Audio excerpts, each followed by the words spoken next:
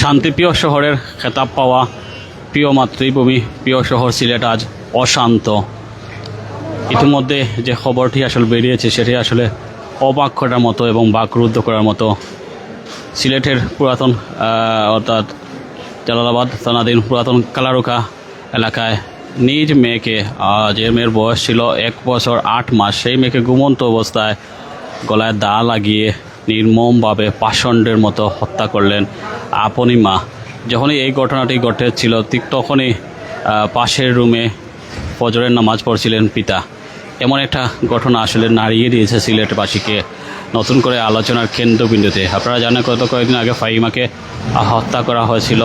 সেই হত্যার রেশ টানতে না টানতেই এমন একটি ঘটনা ঘটলো, যে ঘটনা আমাদেরকে পুরোটাই আসলে হতচকিত করেছে। যে মা আর কাছে শিশুরা সবচেয়ে বেশি নিরাপদ, মাতৃকুলের চেয়ে নিরাপদ আশ্রয় পৃথিবীর আর কোথাও নেই। সেই মা হলেন প্রাণঘাতী, সেই মা হলেন হত্যারক। সেই মাকে শেষমেশ এমন নারকীয়ভাবে তাকে হত্যা করলেন।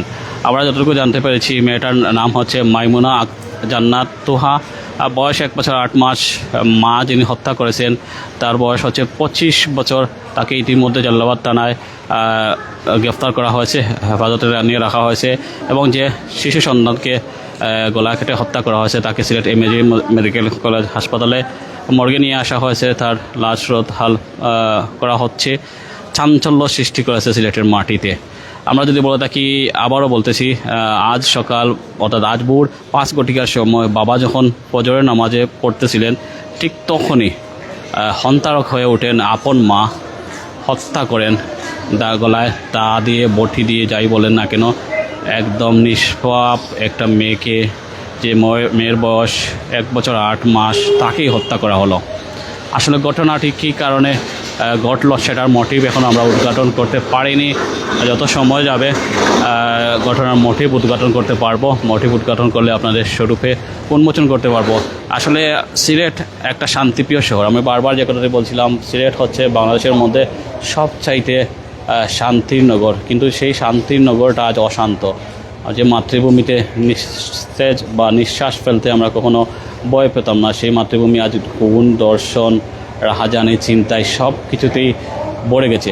যে কথা আমরা চিন্তাই করতে পারি না। অর্থাৎ যে শিশু কথাই বলতে শিখেছে মাত্র 1 বছর 8 মাস বয়স, কত সেই মেয়ের সাথে এমন ঘটনা ঘটলো, এমন নারকীয় ঘটনা ঘটালেন মা যিনি আসলে 25 বছর বয়সে।